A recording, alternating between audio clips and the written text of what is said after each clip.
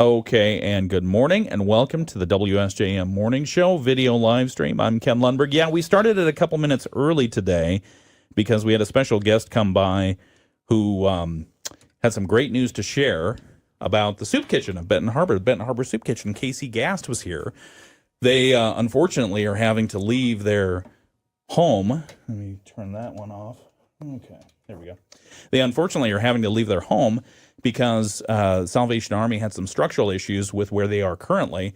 So they went through a 3-week process of where are we going to go because we've got to get out of our current location by April 30th. They've got a new home. It's going to be Lark's. So yeah, barbecue fans, anybody? I love barbecue. Oh, yeah. Yeah, Lark's fans. Oh yeah. Oh, yeah. Mm-hmm. All right, well, get it while you can.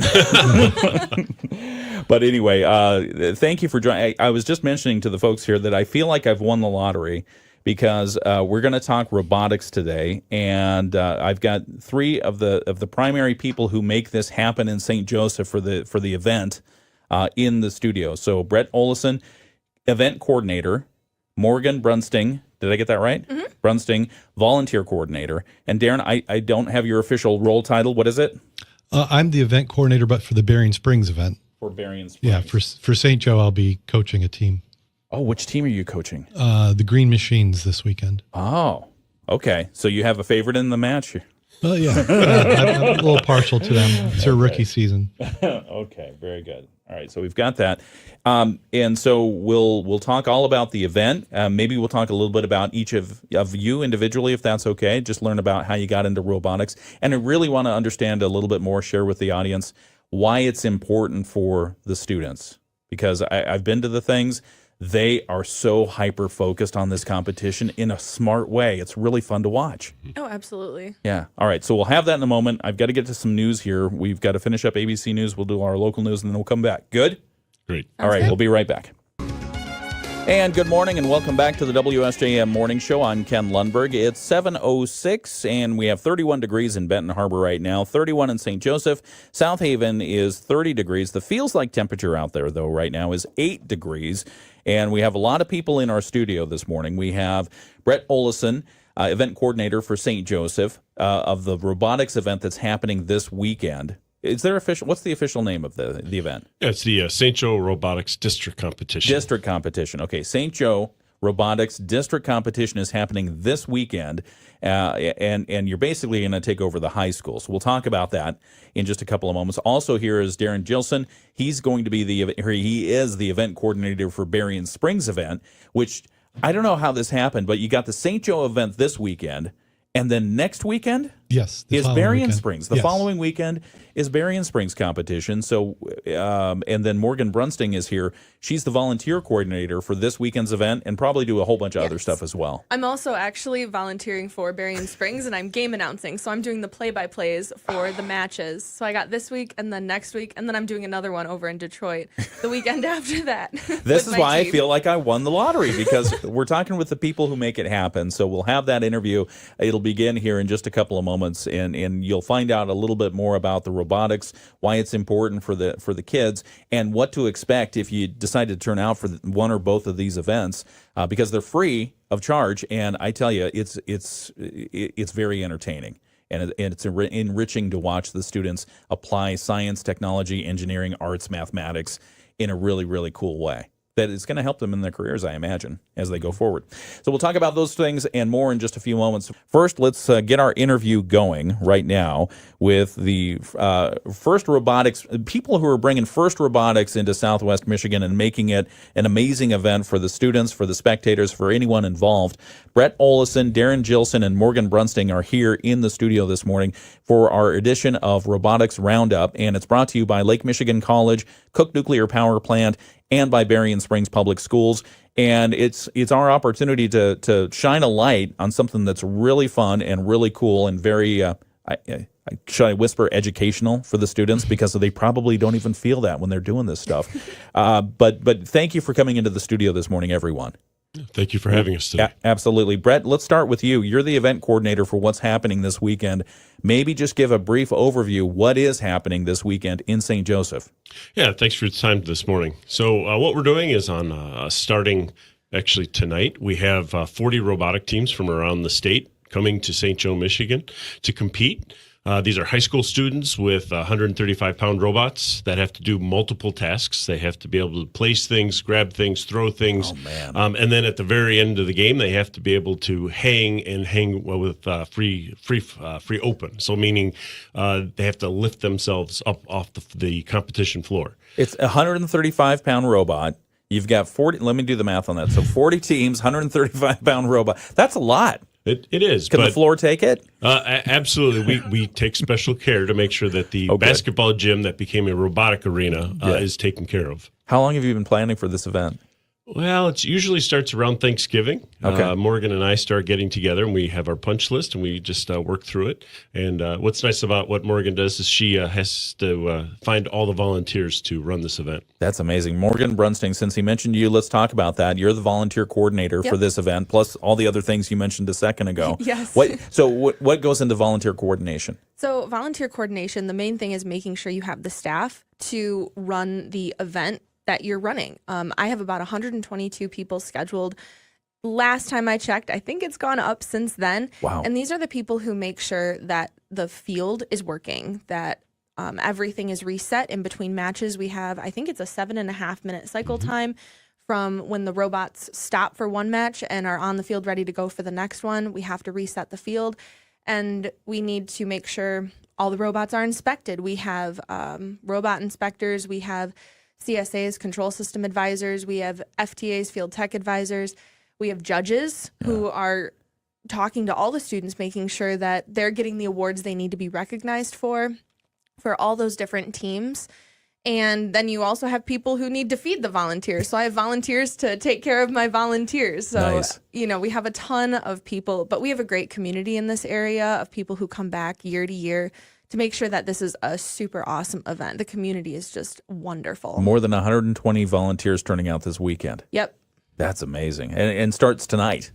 Yep, the teams start moving in, and they fine-tune their robot. They get weighed in. They make sure they classify for the event. Yeah. Then the schedule is produced late tonight, and starting roughly, I think it's 11 o'clock tomorrow, is when the first opening match is. Looking forward to that. And then also here is Darren Gilson. He's the event coordinator. He's doing what Brett's doing for St. Joseph, but he's doing it for Berrien Springs. You ready? Yes. You going to take notes of what's happening this weekend? Course. Yeah, they blaze the trail.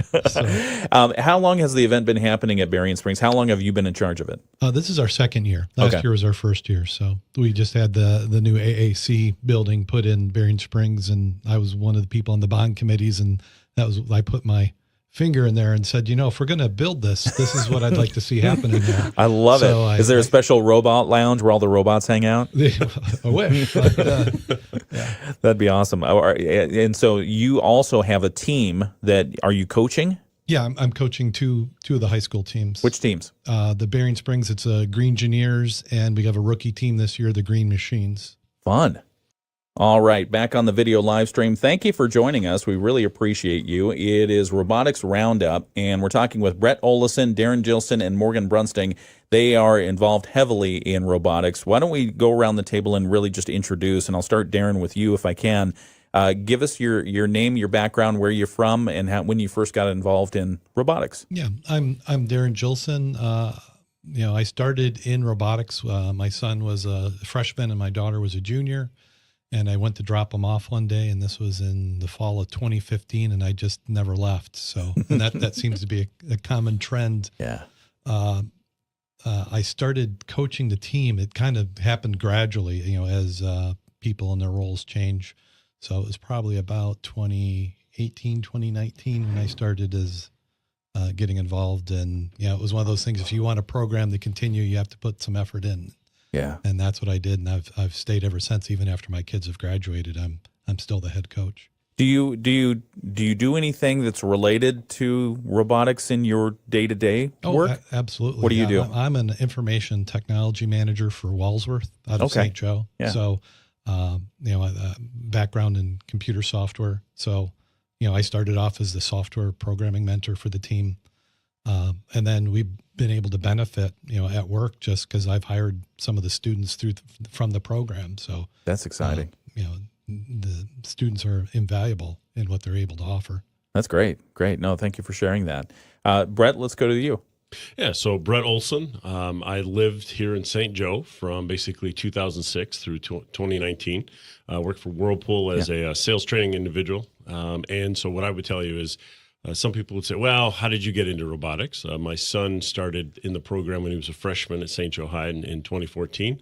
And that year they needed some help with running the event. So I stepped in, and I've been running the event since 2014. So, and I agree with what Darren said. It was one of those things where I told my son, you're not going to come home after school and play on the Xbox. You need to find something. He found robotics, and it literally changed his life. Yeah. How so? He was an introvert by nature, so he was on the scouting team as a freshman, and he found his voice. And by the time he was a senior, he was actually the lead driver for the robot for the Average Joes here in St. Joe. Cool. And his crowning achievement was going to the World's competition, and they beat a team called the Cheesy Poofs out of California, and that was his crowning achievement. I've heard of the Cheesy Poofs. Yes. Everybody's heard of. Really? Everybody's heard of the Cheesy Poofs. So that was, I think that took him to the next level, and he's currently living in Buchanan and works for LogicQuip, that is a company that sells hospital grade organizing equipment and does CAD design. Wow. And he mentors for the Average Joes. Yep. He comes in and hangs out with us. So you're right. I mean, it literally changed his life, set him on a track. Yep, exactly. That's great. That's great. Thank you for sharing that. All right, Morgan, tell us. All right. So I started back in fall of 2012 as a freshman in high school, and I joined the Average Joe's robotics team, so St. Joe High School's robotics team. I did it for the 4 years. It was absolutely incredible. Just kind of like Brett's son, Mitch, I learned to find my voice. I learned a lot of skills. It gave me a passion. I was working hard. I felt like I was contributing to something, and it gave me both technical and soft skills that I, was able to bring into my life. As when I went off to college, I still helped with the event. I still helped with the team, and then graduated college, started working at the event as more of a lead position. I wasn't co-volunteer coordinator. I was the volunteer coordinator. I learned a lot from my mom. She's been training me for years.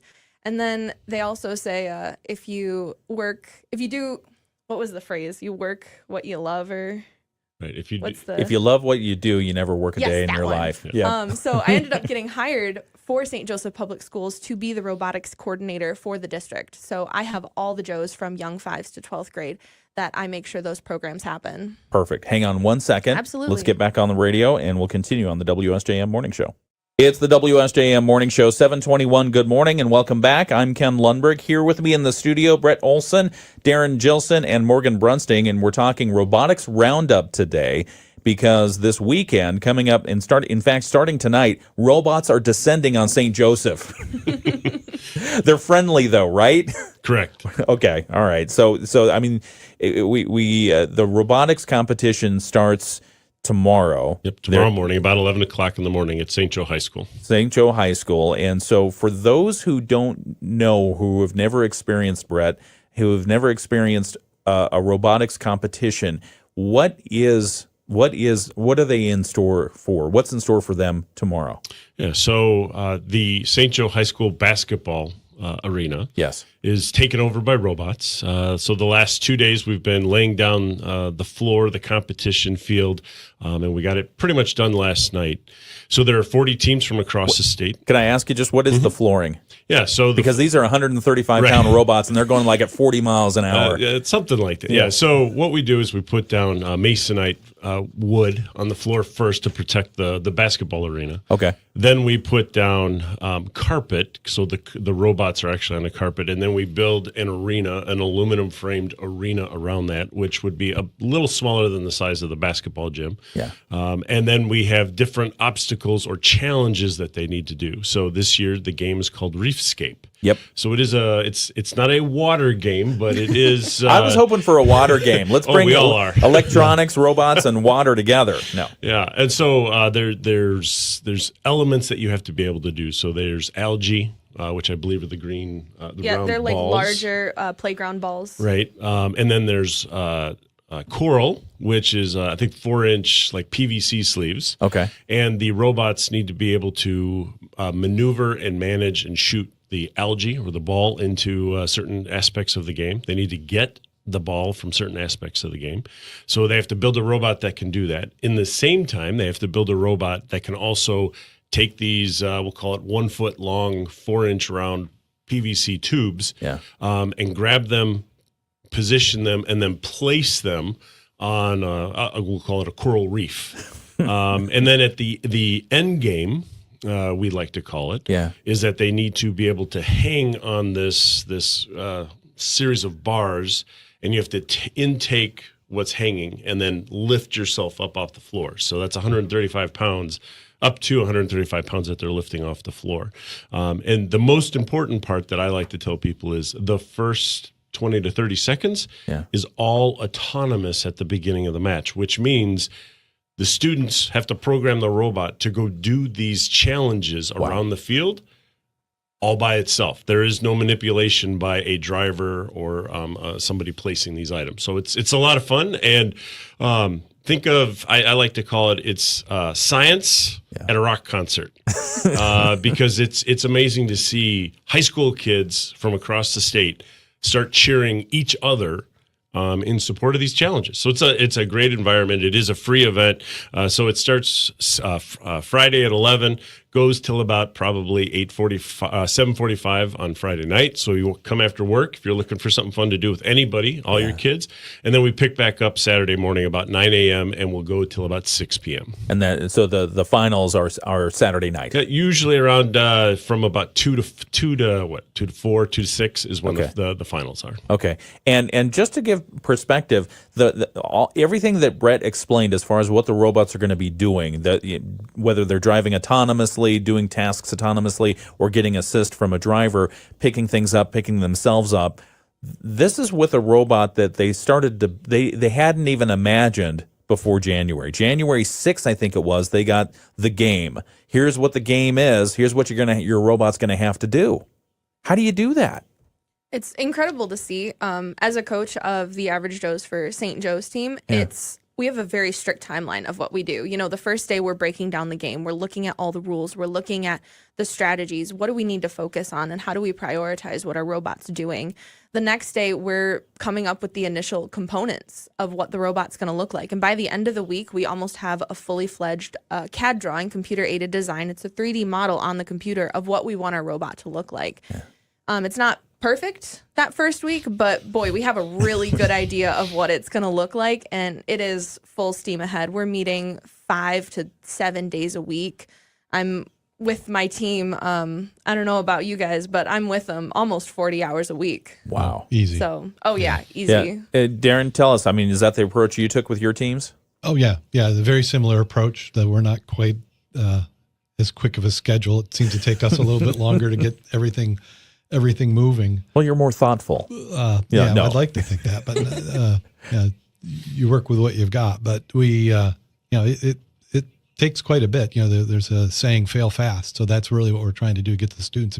As recently as our team that's coming last night, they had discovered a mechanism that wasn't going to work the way they thought it was. So they had to redesign. And we had a break last night. Yep. How does that happen when you have you realize a mechanism isn't going to work or something breaks? How does that happen? This close to the competition. This is a feature that they wanted to add on to be able to work with the algae. Our rookie team is building what they call the kit bot, which is any team can opt into and receive. And that's a nice starting point, but you want to iterate from there. So they decided they want to be able to do the algae, and they just finally got that mechanism on, and, programmed it, and they powered it, and the arm twitched, and you're like, well, wait a minute. And then they start going back and going, you know what, this might not be powerful enough. So they were able to pivot, and they put a gearbox on, and within a half an hour it was moving. So that's just part of the process. You don't come out perfect. You got to refine and make changes. There's a lot with the engineering process. It's determine what you're doing, make it, look at how it's working, look at how you want it to work, iterate on your design, make incremental improvements.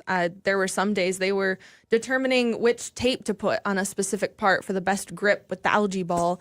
So it's, a lot of iteration. You can't just use the spray stickum that the football players use. No, you're not allowed to hurt the field elements in any capacity. There's lots of rules. Yeah.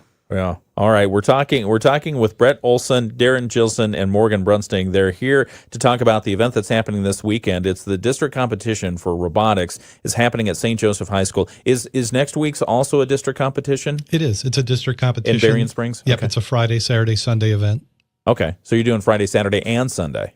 Yes. Okay, so we'll talk about that and more here in just a moment right here on the WSJM Morning Show. It's 7:28. We've got to get some financial news in, our news from ABC, and a couple other messages, and we will continue this conversation right now on the video live stream. Thank you for joining us. It is the WSJM Morning Show.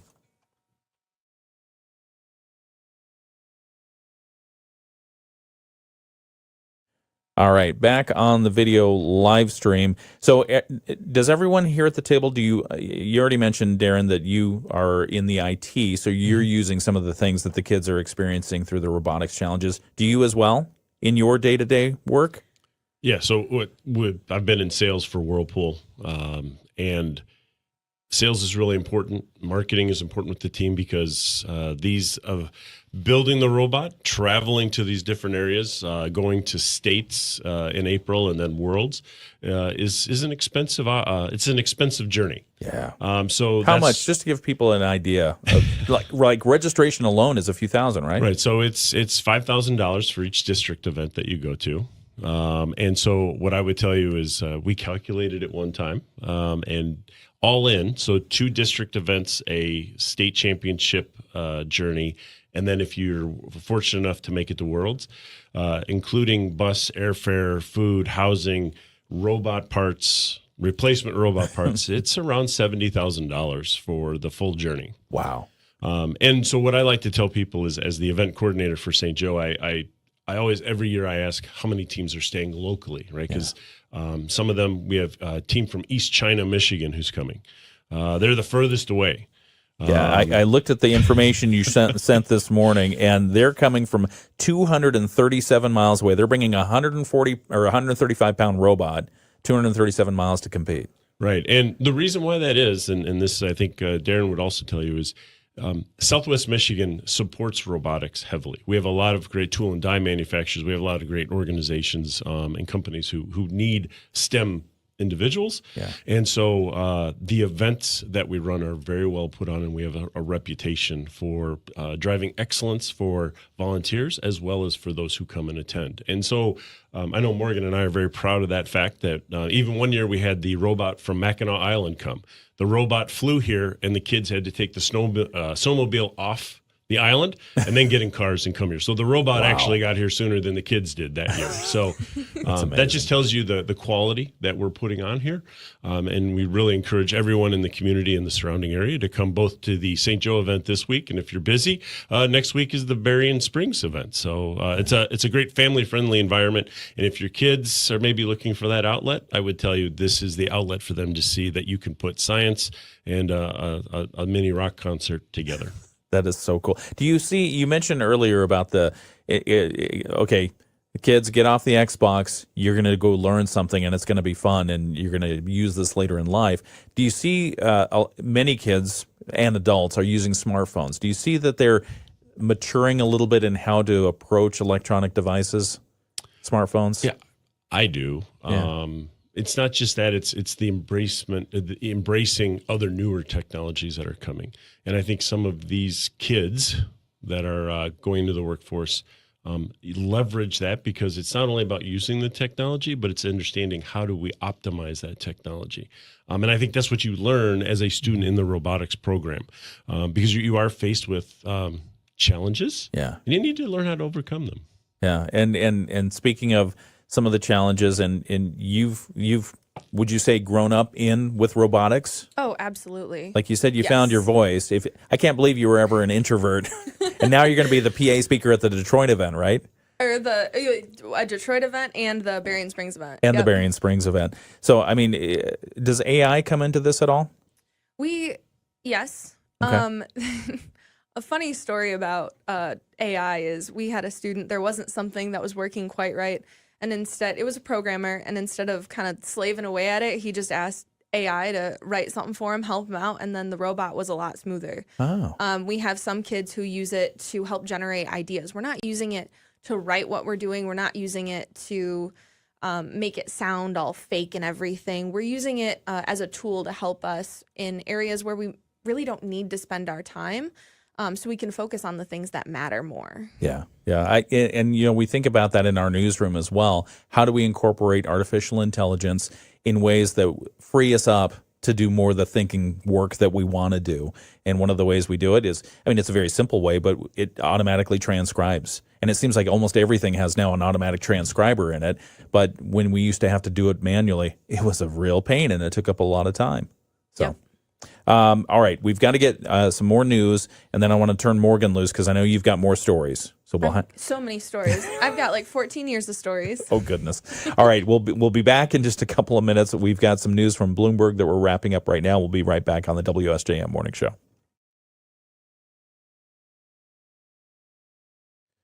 All right. Thank you for joining us on the video live stream. It's the WSJM Morning Show. The one of the things that you mentioned is the advantages of having the competition at St. Joseph High School this weekend and then at Berrien Springs next weekend. And Darren, maybe you can elaborate a little bit on that. How did that come to be? Did we ask for that to happen? Well, actually, it kind of went the other way around. The organizing body in the state, first in Michigan, reached out, as they're trying to grow the program. I think there's 480-ish teams this year.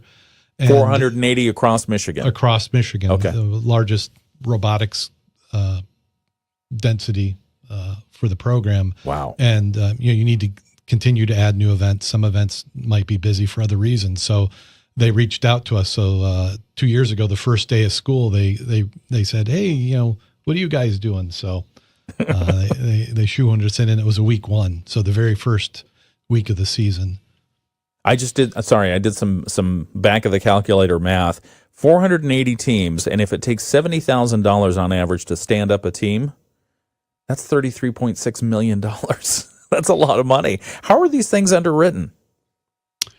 Well, I know that there are the teams are always looking for sponsors, big and small, because every dollar counts. Yeah. I also know that there's a lot of ingenuity on getting parts, talking to companies that maybe they're not capable of providing, I'll say, a cash donation, but maybe they have extra metal laying around that we can use to fabricate.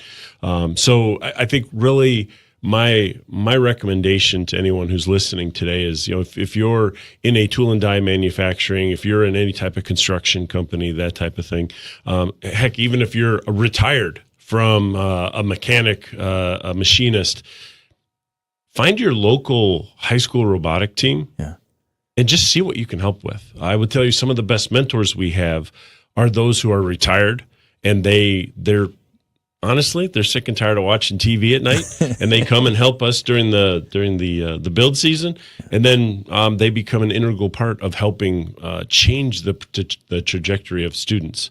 But I think Morgan's probably got a better handle on some of the financial sponsorships and what it means. Morgan, tell us if you would.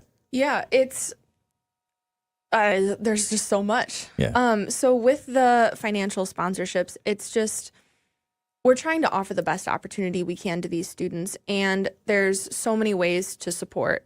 We have one company who donates polycarb every year, this like plastic glass-ish stuff that we use for our field. We have another that donates electronics. We have another where we send out parts and they machine it for us. So there are a lot of those in-kind sponsorships where they're supporting the teams through services that they're providing. And then like Brett was mentioning with the retired folk, my grandpa has been building our practice field for my team for the past a long time. That is sweet. He's been helping that out. Does he do that all by himself? Oh no, he has a crew of parents to help. Yep. Okay. Yep. So they're building that field, and the sponsorship really does. I don't want to say it. It really does make or break a team. If you don't have the sponsorship, what happens is all of the students' focus goes into making sure they can meet the minimum. And that's a lot of pressure on students to say, hey, we need to find $70,000 for a team to run this year. Yeah. When we have those sponsorships, when they're helping us, when they're providing those funds, the students can take that focus and they'll still focus on sponsorships. They'll still make sure we're having those good relationships with them. but they can take their focus and move it towards the robot, building their soft skills, marketing the team, finding new companies to talk to, build the robot, and then do extra on the robot. Take that extra mile of what needs to happen so that we can take our robot from good to great. Yeah, that's amazing. When you mentioned that you had 14 years of experience in this, do you have any stories you want to share about moments that you thought would make or break the team? Things where you thought, okay, I don't know if we're going to be able to compete today.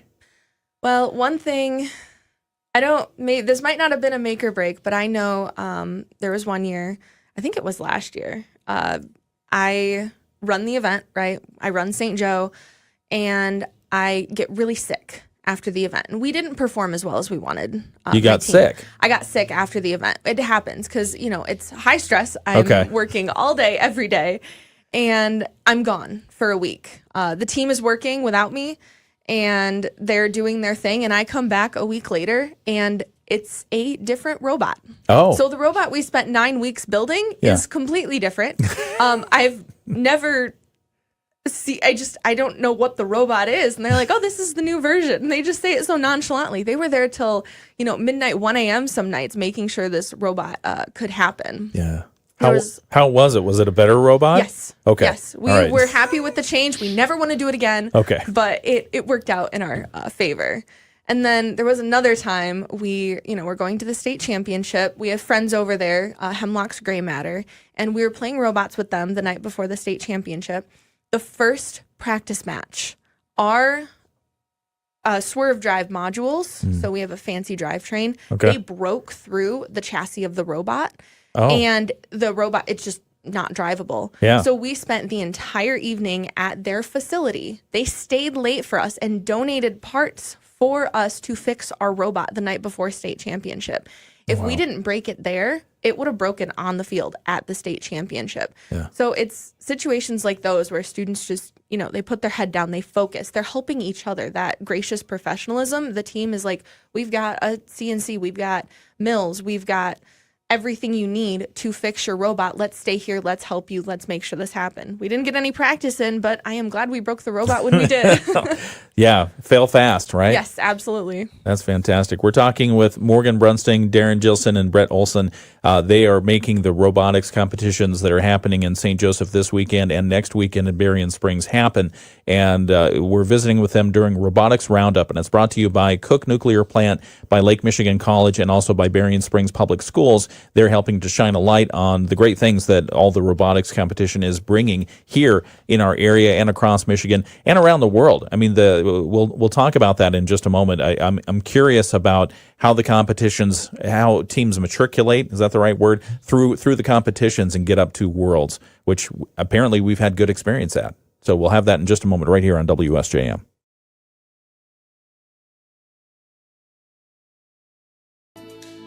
Cloudy to start today, but becoming partly sunny, breezy, and cool. We're going to end up only at 35 this afternoon. Tonight, partly cloudy skies. We drop down to 27 for the overnight low. And Friday, we're back to cloudy skies and a chance of rain and snow. And I think we'll see enough snow that we get 1 to 2 inches of accumulation during the day. High temperatures right around 38. We'll be back to 40s this weekend. I'm Chief Meteorologist Carrie Peugeot.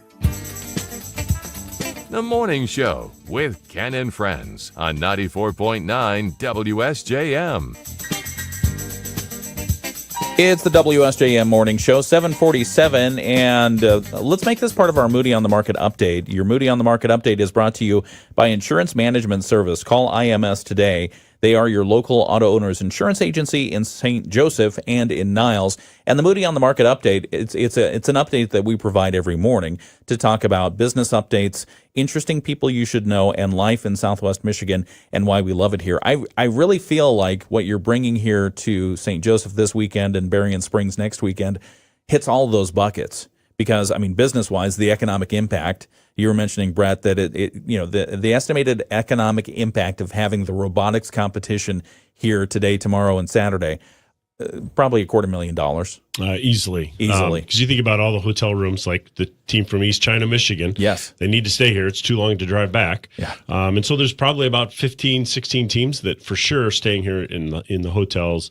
There's food that they need to purchase. There's also all the other necessities, going to the grocery store, yeah. going to the hardware store, gas. So Sour Patch Kids, that right, kind of thing, exactly. yeah. So it's a nice little bump in March for Southwest Michigan. Absolutely. And it's going to happen again next weekend in Berrien Springs. Darren, you ready for that? Oh, yeah. Yep, we're ready. How long have you been working on this one? Well, we pretty much started when the previous the season got over. Okay, As soon as you finish the last one, you start figuring out what do you want to change. Being our rookie year, we're pretty pleased with how it went, especially being a rookie. But there's a lot that we wanted to change, and hopefully we've incorporated them the correct way for this season. Where do you get the tools, and are there rules around tools? As far as tools, you mean To build the robot. Oh, yeah. Maintain the robot. Yeah, there's rules. The first has a list of, kind of like a little bit like NASCAR. They got some boundaries, how big the robot can be, how heavy, the type of motors that can be used, the electronics, how the, No gas-powered motors? Well, if you're using compressed air pneumatics, no gas, no liquids. We want explosive bolts one year, but they haven't allowed us to do that. That'd be so cool. Yeah. Right there with the water game. So they do have some boundaries, and it creates a good engineering environment for the students, because that's where some of your best ideas come from. And then also it's safety and maintainability. I mean, if the sky's the limit on some of this, it'd be out of the reach. You'd only have a few teams who could do it. So the idea is to bring it to as many schools as possible. And that's really what we're doing in Michigan, is trying to have a robotics team for every high school. And we're not quite there yet. Do you ever have, is it the 5S system where everything's got to be in its place kind of thing, continuous improvement? And Well, we aim for it, but they are high schoolers and we are really busy. What's it like having a rookie team or two? It's been a challenge. I mean, we did it to be able to expand the program to get more students hand-on, because last year our team we went from normally 12 students to 60. Wow.